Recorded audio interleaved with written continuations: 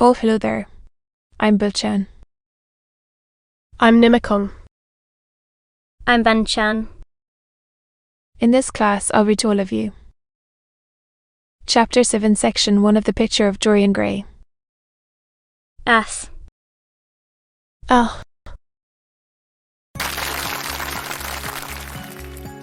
The picture of Dorian Gray. Oscar Wilde. Chapter 7, Section 1. For some reason or other, the house was crowded that night, and the fat Jew manager who met them at the door was beaming from her, through with an oily, tremulous smile. He escorted them to their box with a sort of pompous humility, waving his fat jewelled hands and talking at the top of his voice.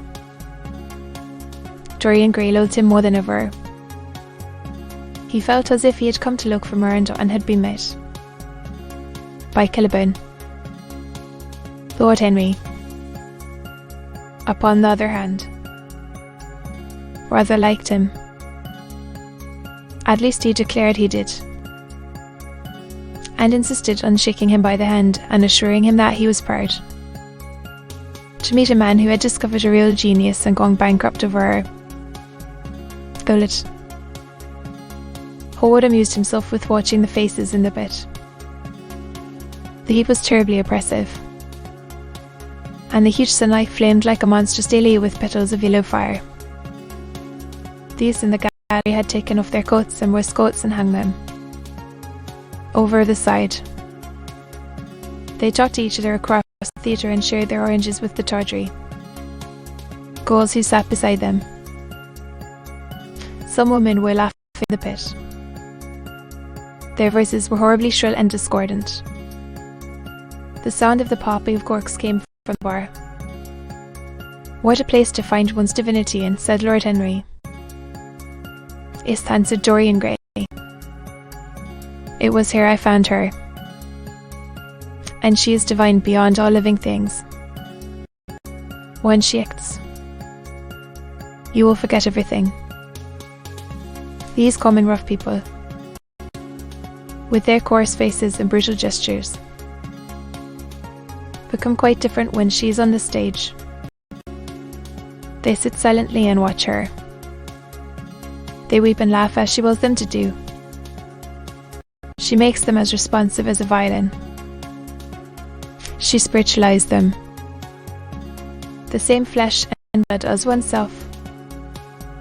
Oh, I hope not, exclaimed Lord Henry, who was scanning the occupants of the gallery through his opera glass.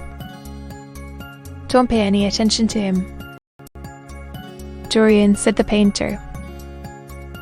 I understand what you mean, and I believe this girl. Anyone you love must be marvellous, and any girl who has the fate to describe must be fine and noble. To spiritualize one's age, that is something worth doing. If this girl can give a soul to those who have lived without one, if she can create the sense of beauty in people whose lives have been sordid and ugly, if she can strip them of their selfishness and lend them tears for sorrows that are not their own, she is worthy of all your adoration, worthy of the adoration of the world. This marriage is quite right.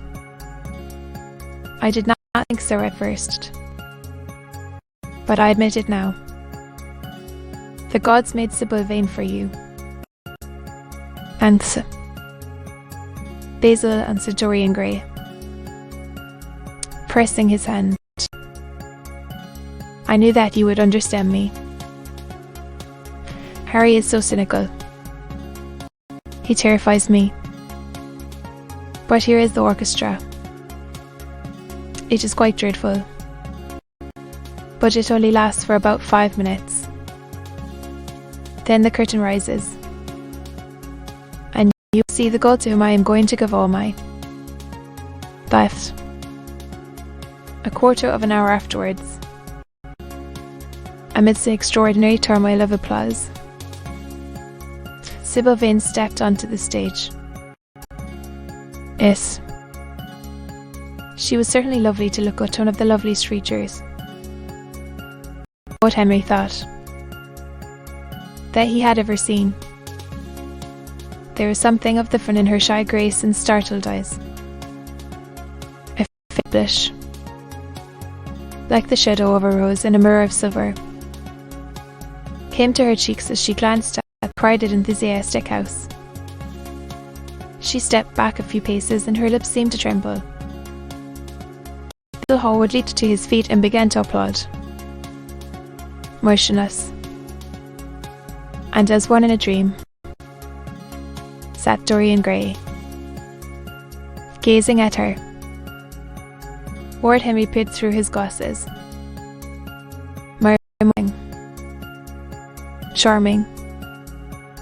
The scene was the hall of Capulet's house, and Romeo in his pilgrim's dress had entered with Mercutio and his other friends.